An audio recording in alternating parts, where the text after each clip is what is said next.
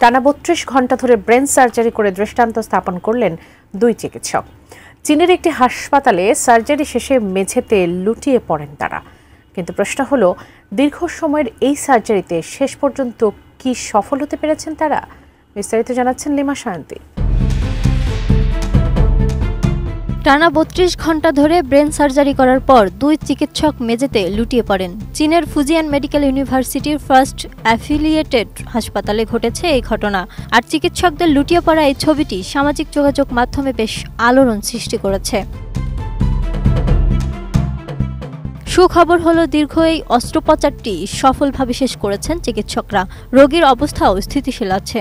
Operation শেষ হওয়ার পর ক্লান্ত দুই চিকিৎসক মেঝেতে শুয়ে পড়েন, আর সেই মুহূর্তের ছবিটি ভাইরাল হয়। এই ঘটনাটি চিকিৎসকদের কঠিন পরিশ্রম এবং রোগীর জীবন বাঁচাতে তাদের অটল প্রতিশ্রুতির এক উজ্জ্বল উদাহরণ হিসেবে যেন জয় করে নিল বিশ্বহৃদয়।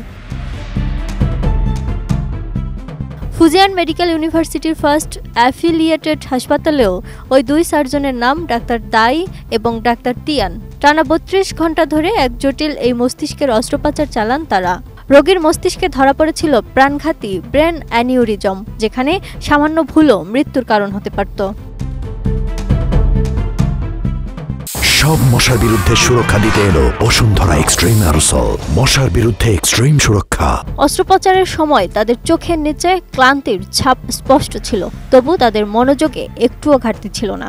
ঘন্টার পর ঘন্টা অপারেশন টেবিলের সামনে দাঁড়িয়ে থেকে তারা অক্লান্তভাবে লড়েছেন রোগীর জীবনের জন্য।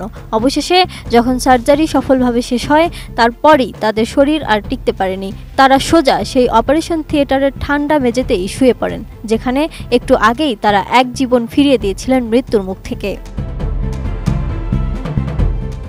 হাসপাতালের এক সহকর্মী সেই দৃশ্যের ছবি তুলে সামাজিক মাধ্যমে ছড়িয়ে দেয়। ছবিটিতে দেখা যায় দুই ডাক্তার পোশাক পরে মেঝেতে শুয়ে আছেন।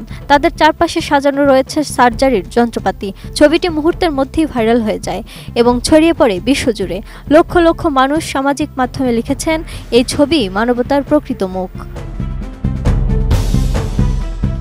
ছবিটি কেবল একটি মুহূর্ত নয়, এটি প্রতিদিনের সেই সংগ্রামের প্রতীক, যা হাজারো ডাক্তার, নার্স ও স্বাস্থ্যকর্মী নীরবে চালিয়ে যান। লিমা সায়ন্তী, ডেস্ক রিপোর্ট, এটি নিউজ।